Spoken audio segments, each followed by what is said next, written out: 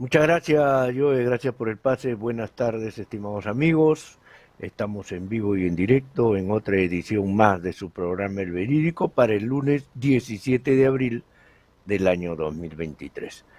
Muy bien, habíamos titulado este programa como Apartheid político contra la izquierda desde el 1992 con el narcoestado del Fujimontesinismo.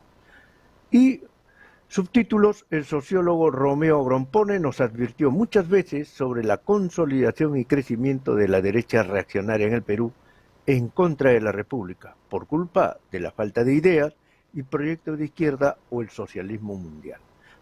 Y el fujimorismo es la madre de todas las derechas, por corrupción o mafia y por apartheid en contra de la izquierda o compra de dirigentes de izquierda.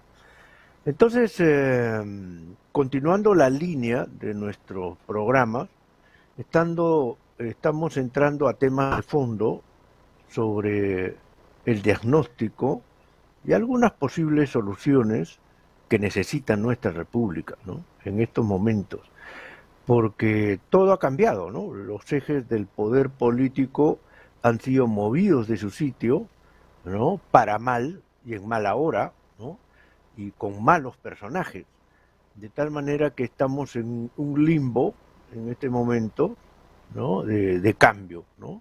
Nada va a durar para siempre, ¿no es cierto?, ni nada se va a eternizar.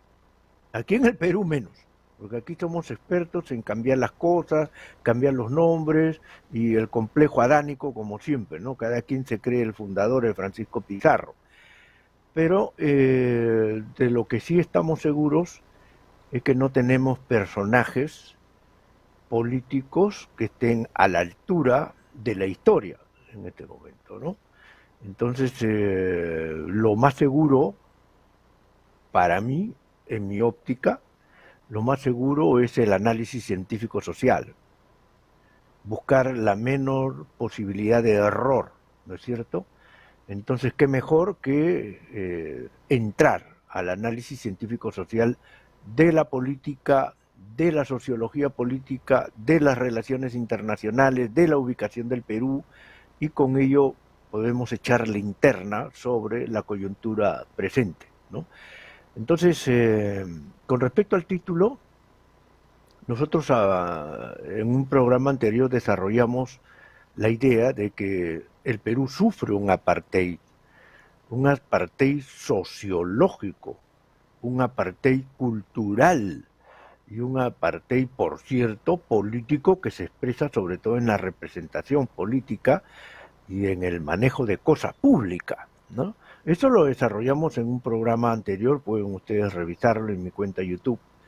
Y ahora quiero echar luces sobre el tema del apartheid político, específicamente contra la izquierda, ¿no?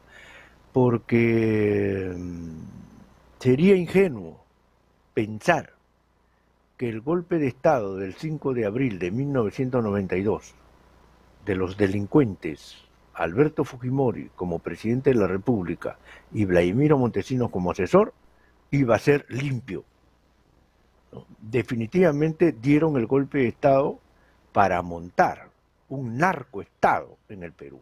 Está probado, un narcoestado. Vladimiro Montesinos se encargaba de negociar con los narcos más poderosos, ¿no es cierto?, y con ese dinero pagar a todos los titulares de la República, entre comillas, de la República Fujimorista, jueces o magistrados en general, periodistas, hasta deportistas. Compró líneas editoriales, ¿no es cierto? Tribunal Constitucional siempre lo tuvo entre ceja y siempre quiso dominarlo. Congreso de la República, cantidad de congresistas fueron comprados, inclusive el régimen mafioso de Vladimiro Montesinos y Alberto Fujimori cayó por un video donde se está comprando a un congresista, ¿no es cierto?, al hermano de Alex Curi, Beto Curi. Entonces, Fujimori y Montesinos, desde el año 92, se encargaron de elaborar un edificio anti-izquierda, ¿no?, un edificio pro-mafia, pro corrupción. Todo lo que sea permitirle ganancias sin control a la empresa privada, chica, mediana y grande, ese era el objetivo, ¿no es cierto? Y obviamente que la República la llenó de personajes sórdidos, proclives a la corrupción. Uno de los sobrevivientes es el actual ministro del Interior, Vicente Romero, que ya todos hemos visto esa foto famosa, donde él, con uniforme de la Policía Nacional del Perú, está repartiendo póster de campaña electoral junto a Keiko Fujimori. Ese personaje es ahora el ministro del Interior. Debería estar preso, ¿no? Sin embargo, es ministro del Interior.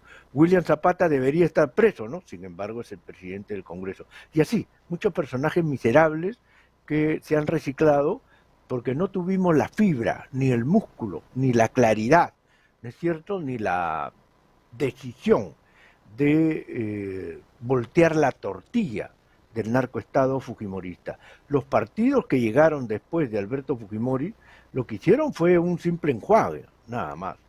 Continuaron la ruta mafiosa y corrupta que dejó Alberto Fujimori y Vladimiro Montesinos. Todos, porque aquí nadie se salva. Nadie ha dicho, bueno, vamos a cambiar esto, ¿no? Vamos a ir por una asamblea constituyente. El único que planteó una asamblea constituyente fue Pedro Castillo Terrones, y miren en lo que terminó, ¿no?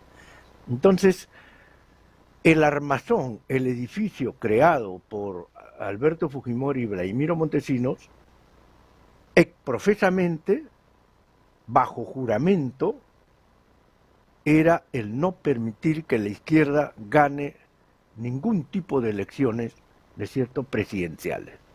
Que debían darles algunos escañitos por ahí, algunos puestitos, ¿no?, en el Parlamento, para que se diga y se dé la apariencia de democracia.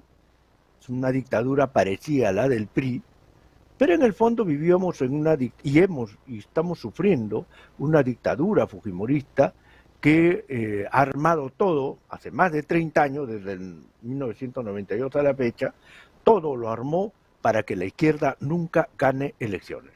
Entonces el expediente más común para eso fue comprar dirigentes.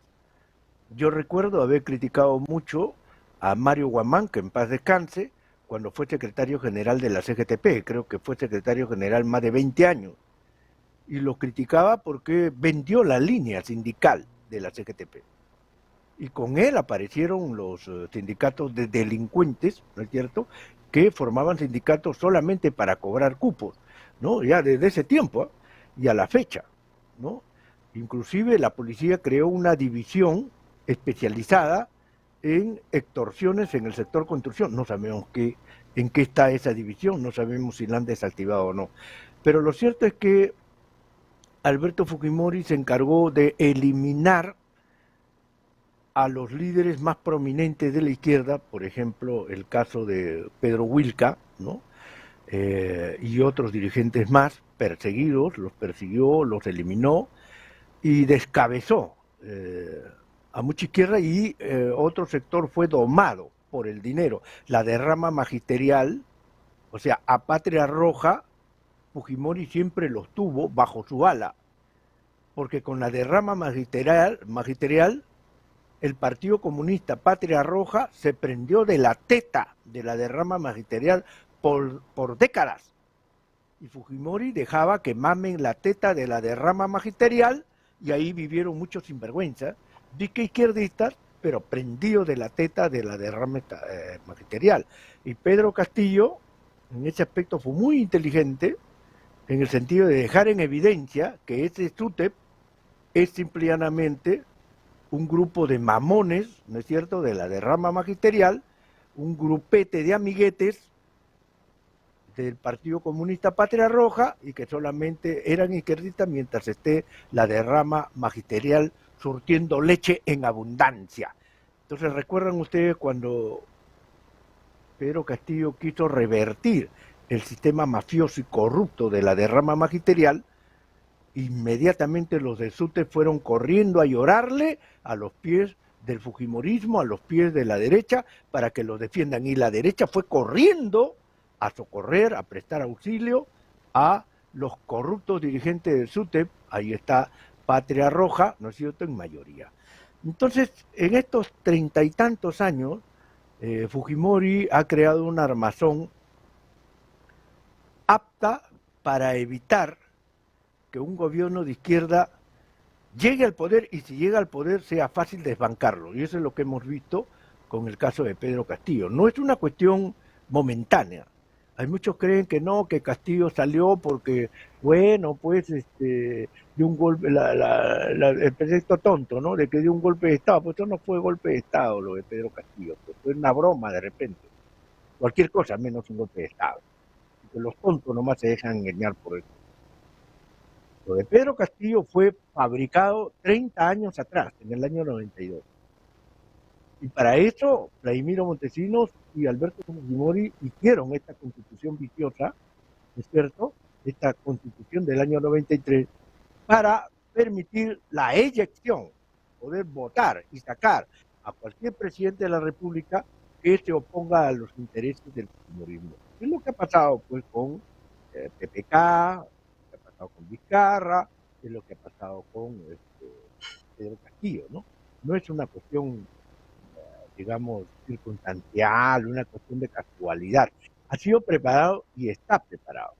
Entonces, por eso necesitamos una asamblea constituyente para democratizar al país, para hacer una verdadera república con reglas de juego jurídico-constitucionales que saneen en verdad la democracia en el país.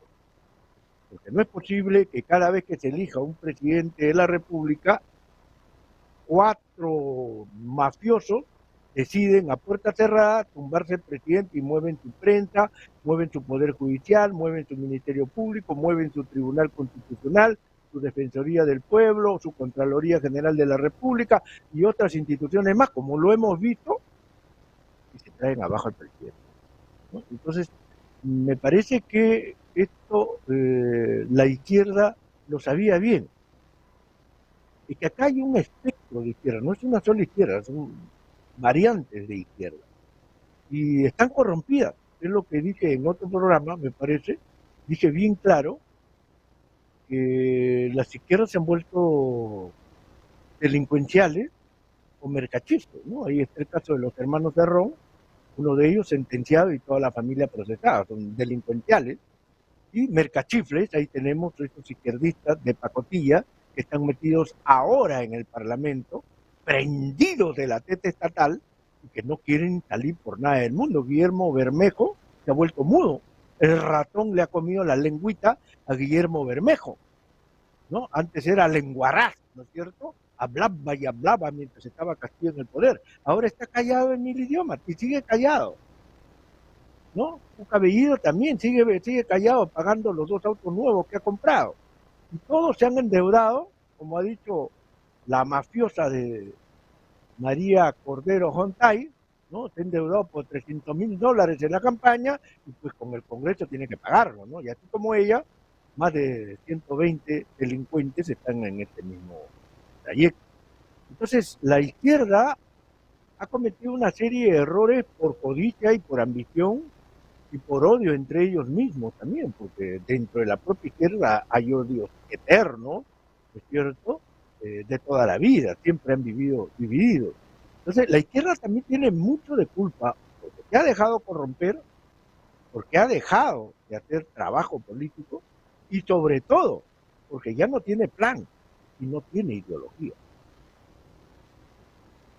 Entonces, la izquierda no sabe a dónde va, ni sabe qué cosa es, ¿no? ¿Qué cosa es lo que va a hacer? Por ejemplo, Verónica Mendoza fue superada por Pedro Castillo, porque Verónica Mendoza en las últimas elecciones presidenciales planteaba tonterías, ¿no? Que hay que apoyar a las minorías, a los LGTB, que el tema de la ecología, y tonterías que al pueblo no le interesaba. Esos no eran temas macro, no eran temas de agenda nacional. Y el pueblo dijo, anda con tu discurso macro. Mientras que el Castillo tenía un discurso mucho más realista y que al pueblo le encantó la idea, ¿no? ingreso libre a las universidades, por las mafias universitarias que han corrompido todo. Fíjense cómo han tomado la SUNEDU en este momento, y está un delincuente en el titularato de la SUNEDU, está clarísimo, ¿no? Y ese delincuente está poniendo a todos sus delincuentes, ¿no es cierto?, en los cargos importantes, y está dándole besos y abrazos a con pinches delincuentes, y la SUNEDU se ha vuelto una cueva de ladrones, una cueva de estafadores, hablemos claro. Fíjese cómo está la Fiscalía de la Nación, con una fiscal trucha, una fiscal bamba, que no tiene maestría y doctorado. Hace rato ha debido ser sacada del cargo, sin embargo, tan corrupta está la Junta Nacional de Justicia y el sistema que lo permite. Pues. Miren cómo está el Tribunal Constitucional, es un asco, apesta. Un burdel es más limpio y más ordenado, me parece, ¿no? El Moulin Rouge francés creo que tiene más fama, ¿no es cierto?, y mayor respeto que este Tribunal Constitucional. Y así, ¿no? Del Parlamento ni hablemos, siempre ha sido una letrina política. Entonces la izquierda ha cometido graves errores porque no ha tenido la inteligencia para crear un proyecto nacional siglo XXI y para generar una nueva agenda y un discurso político que enganche con la gente. Da la impresión que les han pagado, repito, da la impresión que la derecha económica ha pagado a los líderes de izquierda para que tengan discursos estúpidos, para que tengan discursos memos, para que memos, para que tengan discursos bobos, para que tengan discursos idiotas, para que pierdan las elecciones. Yo lo creo y estoy convencido en mi hipótesis, porque no me cabe en la cabeza que habiendo profesionales en la izquierda, que habiendo líderes de vieja data, no tengan el cerebro suficiente, las neuronas suficientes para generar un discurso que enganche con el pueblo, porque la izquierda sabe lo que el pueblo quiere. Entonces el modelo fujimorista se encrespó, enloqueció, cuando ganó las elecciones un outsider como Pedro Castillo, que Pedro Castillo ni siquiera pertenecía a Perú Libre, porque él fue enganchado a última hora, ¿no es cierto? Y una delincuente se puso de vicepresidenta adrede, porque ella nunca pensó ganar las elecciones, y esa delincuente lo que dijo, me voy a la vicepresidencia y tengo el cargo de tesorera en el partido, y con este me voy a hacer de billete. Así pierda las elecciones, me chapo un sencillo y me voy a mi casa con un sencillo. O sea, misma cucaracha política, misma delincuente. Ahora está claro eso, ¿no? Con una serie de audios en las cuales se demuestra que ella mandaba a pedir dinero a Pedro, a Pablo, a Tito y a todos los santos y a todos los demonios. Esto está claro, es una delincuente más. Entonces, la izquierda tiene ese problema, pero hay que puntualizar también que la izquierda mundial tiene ese problema. No tiene un proyecto claro, no tiene una ideología clara. A nivel mundial, el mismo Hugo Chávez, de ser un cachaco gritón y de carácter, no pasó a más, porque su socialismo del siglo XXI es tontería, ¿no? Es tontería, simple y llanamente. Si no tuviese el petróleo, ¿es cierto?, venezolano y algunas riquezas más, ese gobierno de Chávez y de Maduro hace rato que se hubiese ido a la porra, ¿no? Pero después es nada, no tiene nada concreto, ¿correcto? Ahora, olvidémonos de Chávez, que descanse en paz. Veamos el contexto latinoamericano. ¿Qué está haciendo la izquierda para nosotros decir, bueno, hay algo que rescatar ahí, ¿no? Porque ya se vienen elecciones en el Perú, de todas maneras, se va a venir un periodo electoral y necesitamos una izquierda que tenga contenido, esencia, ¿no es cierto?, de propuesta, ¿no?, y de línea ideológica, y de plan de acción, y de proyecto nacional. Empecemos con Lula, por ejemplo. ¿No? Lula es un personaje que acaba de llegar de Arabia Saudita, que estuvo primero en China y después en Arabia Saudita. Son dos países sumamente importantes, ¿no? Primero porque Arabia Saudita y China están negociando en otra moneda que no es el dólar norteamericano. Ojo, y con eso Lula le está diciendo a Estados Unidos, oye, ¿sabes qué? Anda más allá de mano que yo sigo mi propia ruta. Anoten eso. Entonces, Lula está muy empecinado en darle soporte y darle fuerza al BRIC. El BRIC es un organismo con economías emergentes, nuevas, y con viejas economías que quieren apartarse, ¿no es cierto?, de la unipolaridad que ha impuesto Estados Unidos por años de años. Entonces está Brasil, está China, está Rusia, está India ahí y se están sumando otros países más. Ya se ha creado un banco del BRIC y la presidenta de ese banco, el BRIC, es Dilma Rousseff, gran amiga de Lula da Silva y que fue sacada por Lawfare del cargo de presidente de la República. La derecha brasileña la sacó a Dilma Rousseff por Lawfare, igual que a Pedro Castillo, le hicieron un golpe de Estado. Ella, Dilma Rousseff, demostrando que Brasil tiene músculo y tiene contactos internacionales de poderío, ha colocado a Dilma Rousseff como presidenta del Banco del BRIC y es el que se va a dedicar a derrumbar al dólar en el campo internacional. Mucho cuidado. Hasta ahí Jaime del Castillo les está diciendo, ojo con ese pragmatismo de izquierda brasileña. Lula estaba en Brasil y se ha jactado de decir que ha firmado acuerdos por más de 2.000 millones de dólares, no $200 ni 2.000 dólares, por 2.000 millones de dólares. Ha suscrito una serie de acuerdos con China, con Xi Jinping. No es moco de pavo. Entonces la izquierda está entrando a un contexto internacional y se engancha, ¿no es cierto?, a la lucha de la multipolaridad. O sea, la izquierda del siglo XXI entra con fuerza para reconfigurar el mapa político mundial, con líderes de fuste, de talla, de peso, no como esta atorrante que tenemos ahí en el sillón de Pitarro, que se dedica a pedir pesetas a un empresario, al otro empresario, y con pesetitas en el bolsillo que le suenan como campanitas, ya cree ella que es una gran política, ¿no? Estamos hablando de políticos de peso, ¿es cierto? Con Arabia Saudita ustedes saben que hay el tema del petróleo, y es un socio que tiene mucho dinero. En cuanto a idioma no se entenderán, pero ese amigo es un gran respaldo porque Arabia Saudita tiene vínculos muy fuertes con Estados Unidos, pero también con China. Con China ya están negociando en yuanes su comercio internacional y Arabia Saudita es determinante en el tema del Medio Oriente. Bueno, estamos hablando de palabras mayores. El caso de Gustavo Petro se ha ido a Estados Unidos, ¿no es cierto? Y la proyección era una reunión con Biden para tratar el tema de la droga, ¿no es cierto? Fundamentalmente el tema de la droga y el tema geopolítico.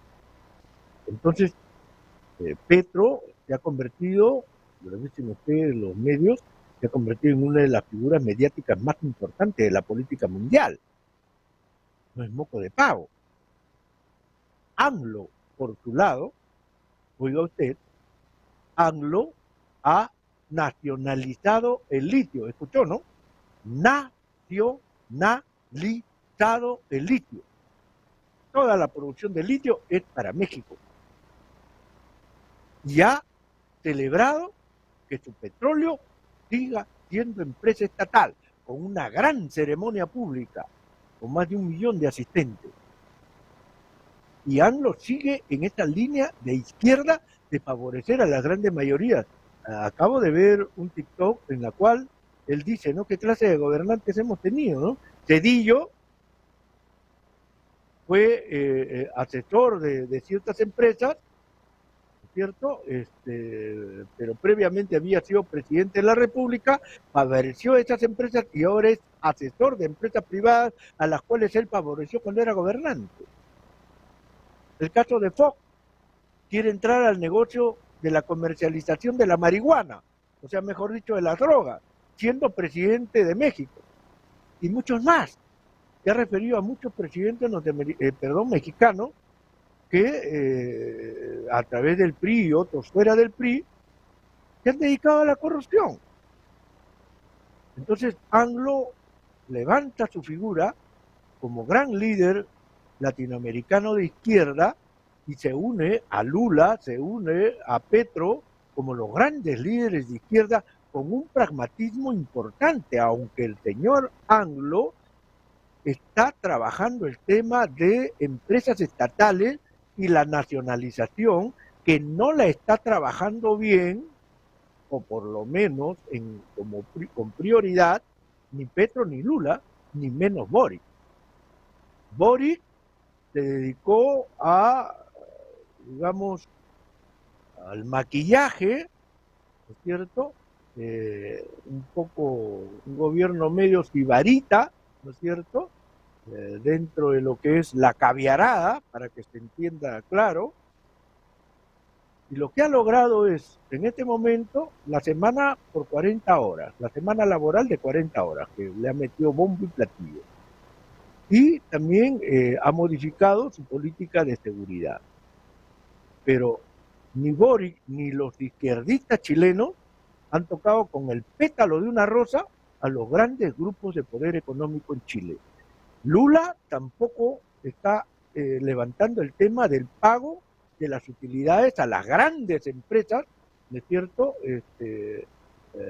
multinacionales, las grandes empresas brasileñas. O sea, el pago de exceso de utilidades, ¿no es cierto?, que paguen más impuestos. No lo estamos viendo. Petro tampoco. Petro ha entrado a un tema de reforma tributaria y al igual que Pedro Castillo, el Congreso se la ha aguantado y lo está obstruyendo. Igual también con Boric ha pedido reforma tributaria y también se la han aguantado ahí. Esperemos que estos líderes tengan la suficiente capacidad para salir de este bache. En el Perú, ¿qué tenemos? Dos guachafos empantanados en Huayco, en barro y en desagüe. Eso es lo que tenemos en Palacio. Con ministros que son un asco. Son ministros no solamente mafiosos, son un asco. Sigue la reina de los peajes metida ahí, sigue el rey de la estafa de los laptops por $100, Becerra, que está haciendo del Ministerio de Educación, oiga usted, una letrina, ¿no es cierto? Es un tipo asqueroso, nauseabundo políticamente hablando, y de Martini, que es del grupo de los Chimpún Callao, que está apoyando a Rafael López Aliaga, y el Rafael López Aliaga dice, yo no me reúno con corrupto, y sin embargo el ministro del MIDIS, de Dina Boluarte, de Martini, es el hijo predilecto del Chimpún Callao. Qué interesante, y puedo seguir. O sea, pero el pueblo ya lo sabe. Las últimas encuestas están diciendo que Dina Boluarte está con 1%, ¿no es cierto?, de aprobación. O sea, pero no con 1%, sino con un dígito de aprobación. Y el Congreso igual, con un dígito. O sea, son un asco. El Congreso y el Poder Ejecutivo. Los peores políticos que tiene Latinoamérica. Dina Boluarte y Otaro están empantanados en su mundo pequeño, en su mundo liliputuense, ¿no? De las pesetitas y de los negociados y tonterías. Están empantanados ahí, no saben qué hacer, no saben cómo salir de ese fango. Están hasta el cuello de Huayco, de barro y de desagüe en Palacio de Gobierno. Internacionalmente son nada. La APEC no la reconoce a Dina Boluarte, ¿no? La Alianza del Pacífico ni la mira a Dina Boluarte, o sea, son nada. Estamos en una pausa en negro aquí en el Perú, en el tema político. Damos vergüenza. Peor, con estos congresistas de pacotilla, parecen salidos del Urigancho, qué sé yo. Bueno, vayamos a temas mucho más edificantes y recordemos al sociólogo Romeo Grompone, a quien conozco personalmente, en San Marcos muchas veces, nos hemos cruzado, hemos conversado, y es un hombre muy afable y muy inteligente. Él ha hecho muchas advertencias, pero es odiado por el fujimorismo porque él siempre le dijo sus verdades. Casi toda la academia es odiada por el fujimorismo. Como les dije en otro programa, al fujimorismo le apesta a la academia, le apesta a la gente inteligente. Prefieren estos personajes de los programas de señal abierta que son gente de pacotilla, ¿no? Gente de lo peor, de la farándula, de los chismes, de los callejones, oiga usted. Entonces, Romeo Grompone, hemos traído un par de videos de él, donde nos explica cosas muy interesantes. Vamos a escuchar un primer video del año 2017, tomen nota. El año 2017, él dijo, fíjense lo que advirtió Romeo Grompone, dijo que el fujimorismo ha dejado las bases para la destrucción y la erosión agravada de nuestra democracia. Es lo que estamos viviendo ahora. Lo dijo Romeo Grompone. Dijo que el fujimorismo inoculó corrupción en la clase política y sobre todo en el Poder Judicial, y si no lo corregimos eso va para peor, ¿no? Más la inestabilidad de los partidos, eso genera una falta de arraigo político y de arraigo republicano y de arraigo social. Entonces, Acción Popular, dijo también, es una cueva de dinosaurios de provincia, y ya perdió la visión de la realidad, y no le falta razón. Escuchemos a Romeo Grompone y saquemos nuestras conclusiones. Gracias, maestro Joel, por este video.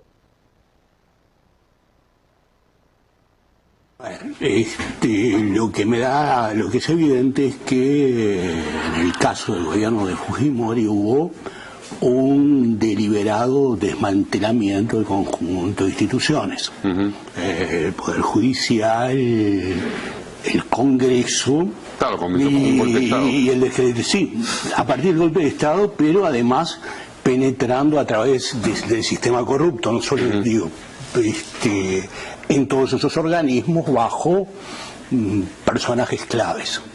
En este caso hay instituciones que ya desde el inicio de la democracia y en términos comparativos aún en América Latina estaban desacreditadas, pero funcionaban precariamente, pero tenían el caso del Poder Judicial, en menor medida el Congreso, pero no tanto por el Congreso mismo, sino por la calidad de la clase política, por lo menos funcionaba.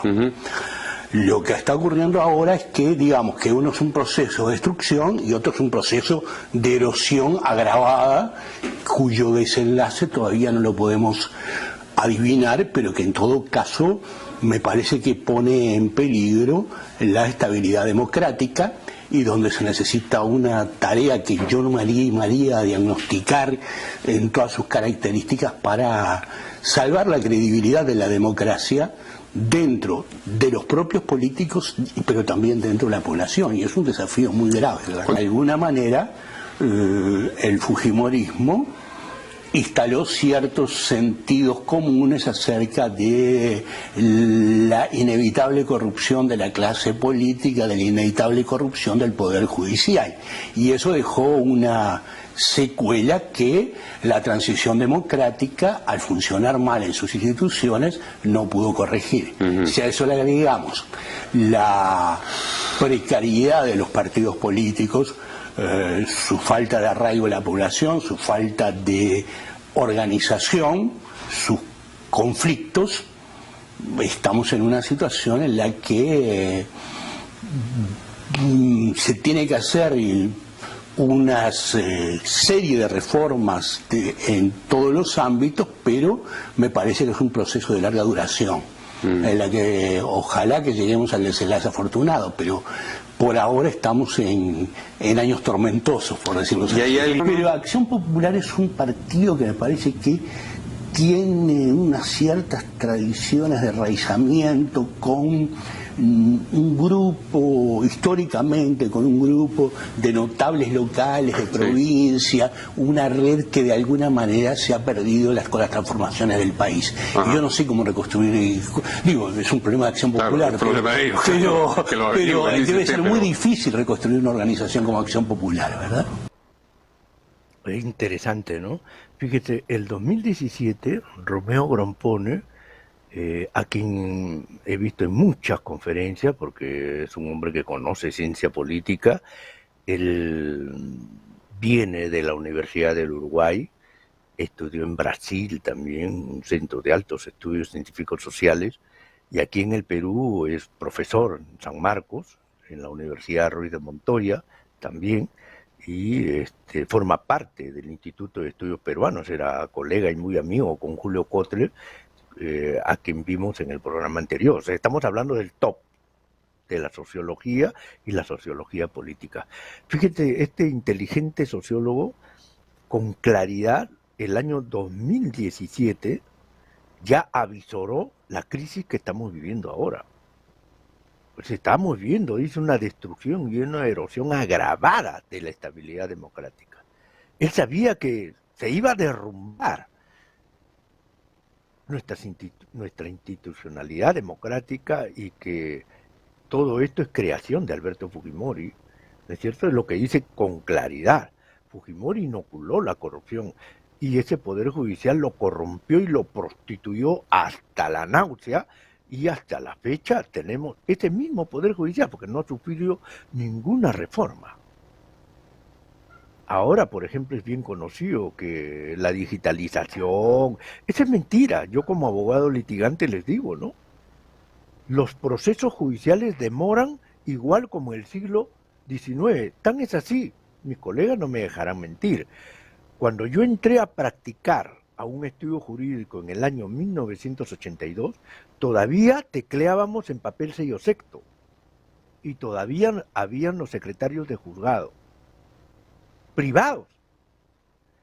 Uno iba al secretario de juzgado, señor Sánchez, ¿cómo está? Buenas tardes, mi expediente número tal, así acá lo tengo a la mano, ya, señor Sánchez. Le dabas un billete, porque todo se movía con dinero, con esos secretarios de juzgado. Tú le dabas un dinero y te estaban notificando la demanda a los días. Ahora, en el Poder Judicial, una demanda la notifican 4, 5 meses después. Ahora, con digitalización, yo tengo un proceso sumarísimo, que es solamente convocar a una asamblea general de socios. Ese proceso sumarísimo empezó el año 2017, señor Arévalo Vela. Y en el año 2023, y hasta la fecha, han pasado 6 años y no se convoca a esa asamblea general. 6 años. Para que vean ustedes que este Poder Judicial es un asco. Apesta. Y eso que hay OGMA, ahí está el señor Yaya, y qué sé yo, qué bonita página, y que por internet ingrese usted online. ¡Mentira! ¡Mentira! Todo está demorado. Los especialistas legales no hacen su trabajo y todos los abogados sufren, y tenemos un decano de pacotilla, César Bazán Naveda, decano del Colegio de Abogados de Lima, que no defiende a los abogados. Se ha dedicado a darle besos y abrazos a los políticos más reaccionarios y a las figuras más reaccionarias del Poder Judicial y del Ministerio Público. Todo eso que les he relatado es obra de Alberto Fujimori y Vladimiro Montesinos. Es una maldición el Poder Judicial en el Perú. Y Romeo Grompone te lo dice clarito, ¿ah? Y él ya, el 2017 le dijo, mira, la estabilidad democrática está erosionada gravemente y se va a su destrucción. Eso es lo que tenemos ahora. Pero el fujimorismo te mete basura mediática, que esto es guerra, que el reventonazo de la chola, y programas basura. Imagínense a ese mequetrefe, ¿no? Con 1000 antecedentes metido de la hora de Andrés, algo así. Imagínense, ñasma pura, gente que apesta al penal del Lurigancho, está ahora conduciendo programas de televisión, y la derecha económica feliz de la vida de embrutecernos, y la izquierda estirándole la mano por abajo a la derecha para que le dé dinero, porque hay corrupción, como ya lo he dicho, eso apesta de lejos. Entonces hay que cambiar de chip, dije en el programa anterior, y eso es lo que tenemos que hacer. Ahora, Romeo Grompone se fue al Uruguay, de donde procede, que él es uruguayo peruano, y dio entrevistas para el programa El Camino, en El Camino, ¿no? En el año 2017 también les he traído una entrevista que dura 1 hora, y parte de otra entrevista del año 2019, ¿no es cierto?, en la cual él declara en el Uruguay para Alejandro Camino, un programa interesante, y él dice cosas que me parecieron muy buenas. Por ejemplo, él dice que el Perú no tiene una clase política lúcida, es lo que yo les dije en otro programa, ¿no? O sea, la clase política en el Perú es bruta, no tiene cerebro. Pueden tener títulos del extranjero, de Harvard, Cambridge, Oxford, qué sé yo, pero son brutos para el análisis nacional, no tienen una visión de país, no tienen una visión de Estado. Y eso lo dice clarito el sociólogo Romeo Grompone. Hay mucha desconfianza institucional, como les dije, este es uno de los grandes problemas para darle solidez y estabilidad y consolidación a nuestra república. Mucho Pepe el Vivo, ¿no? Mucho idiota que utiliza la frase, tú no sabes con quién te has metido, ¿no se escuchó? Ese es el idiota, pues, ¿no? Que cree que con Pepe el Vivo él se salta a las instituciones, no hay que respetar las leyes, ni las normas, ni la Constitución, sino que yo soy Pepe el Vivo y se acabó, solamente yo existo y lo demás que se muera, ¿no? Entonces, esa es la visión de la bestia que desarrollé en otro programa, ¿no?, que es la versión agravada de la ideología del individualismo. Y lo que más me interesa es cuando Romeo Grompone, el 2017, nos advierte que están creciendo grupos conservadores o reaccionarios y que el IME de larga data, menciona inclusive a Cipriani, ¿es cierto? Y esto se va verificando también en América Latina. Entonces también dice lo que nosotros repetimos en otro momento, en otro programa, hay empresarios, no solamente la ciudadanía y no solamente la clase política de derecha, sino que hay empresarios que no tienen visión de país y de Estado. Están muy ideologizados con lo inmediato, el billete del momento, como la Hontai, ¿no? Vamos a cobrar ahorita, no quiero que me floree, vamos a cobrar ahorita, la extorsión que le hacía a su propio trabajador. Y tengo una parte de un video del año 2019, 2 años después. Romeo Grompone habla también, otra vez, sobre el avance de la derecha reaccionaria. Escuchemos a maestro Romeo Grompone. Gracias, maestro Joe. De que los sectores de la clase dirigente peruana son muy poco lúcidos. No es que, al margen de lo que pueden ser sus concepciones legítimas, no tenían una visión de país que permitiera un cierto grado de estabilidad. Bueno, el Perú es el país, y quiero hablar un poco más de política, si me permite. Sí, claro. El Perú es el país, creo, todavía, que según el Latino Barómetro tiene más desconfianza a las instituciones, o sea, a los partidos políticos, al Poder Judicial, y bueno, prácticamente no existen partidos políticos consolidados, salvo lo que queda del fujimorismo. Y también es un país que está, yo creo que va a vivir, y por eso te quiero llevar al alarmismo, ¿no?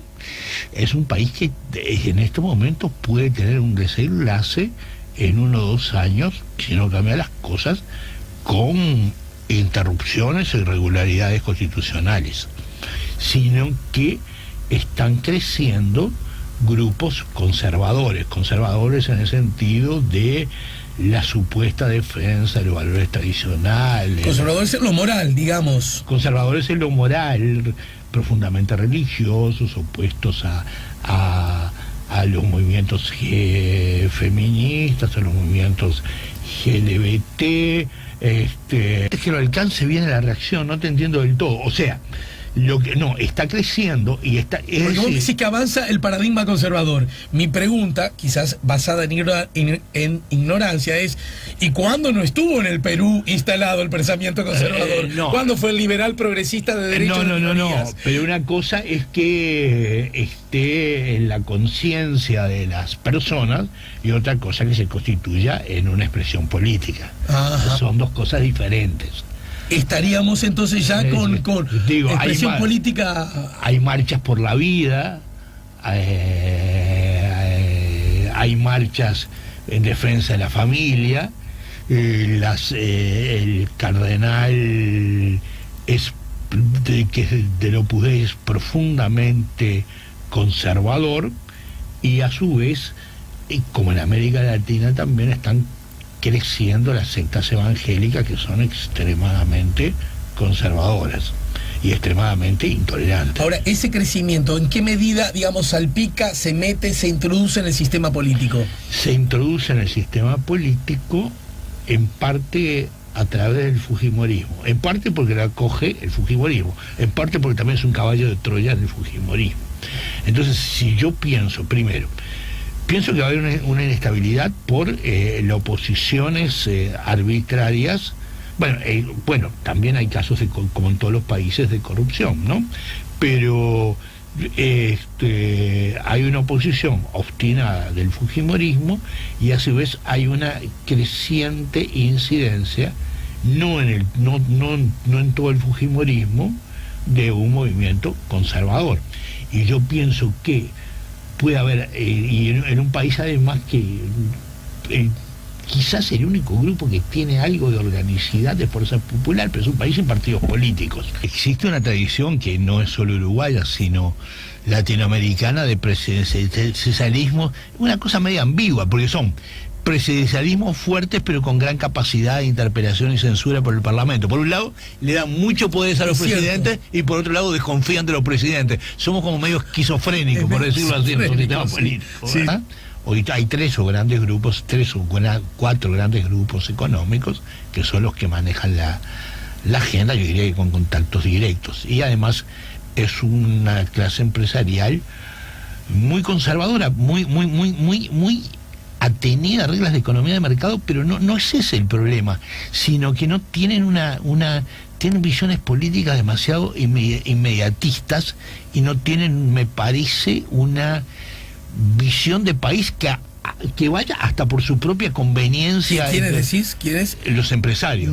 O sea, como que son demasiado ideologizados, y una verdadera clase empresarial tiene que tratar de ver más allá de sus intereses inmediatos y pensar, aún para sus propios negocios, en perspectiva de largo plazo. Creo que hay una profunda decadencia de la clase política, en el sentido de la capacidad de elaborar propuestas programáticas y proyectos de largo plazo, en la medida que ciertas perspectivas que podían ofrecer el socialismo, pero las perspectivas socialistas, y después también las que preconizaban la economía de mercado, por distintas razones entraron en cuestionamiento.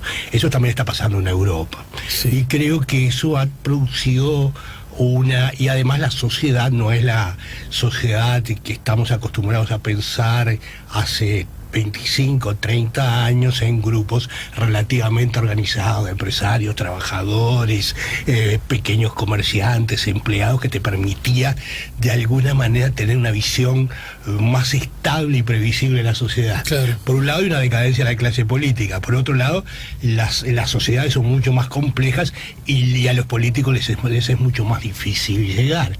Y desgraciadamente lo que se está produciendo es un vacío de la representación, en el sentido que la gente no se siente reconocido a los políticos, y lo que me parece mucho más peligroso, tanto en Europa como en América Latina, el surgimiento de grupos de derecha fundamentalistas que se aprovechan esa especie de vacío de referentes que se ha suscitado, tanto de la política como de la transformación en la sociedad. Entonces la gente a veces tiene que construirse identidades fuertes que ya no las puede encontrar en los canales tradicionales que antes se ubicaban en los partidos. Y además de izquierda, sino, como lo llamo yo, republicano. Es decir, un manejo republicano de las cosas, en la cual tengamos que, en primer lugar, recuperar, ¿es cierto?, y reconstruir las vigas maestras de la constitucionalidad democrática. Levantar, ¿es cierto?, las columnas, ¿es cierto?, y las paredes de una república fuerte y sólida, respetuosa de la ley. Y tercero, empezar a hacer trabajos de política pública. Yo ya lo propuse en el programa anterior y ahora lo repito. Empresas públicas, más Estado y una economía de bienestar popular. Gracias, amigos.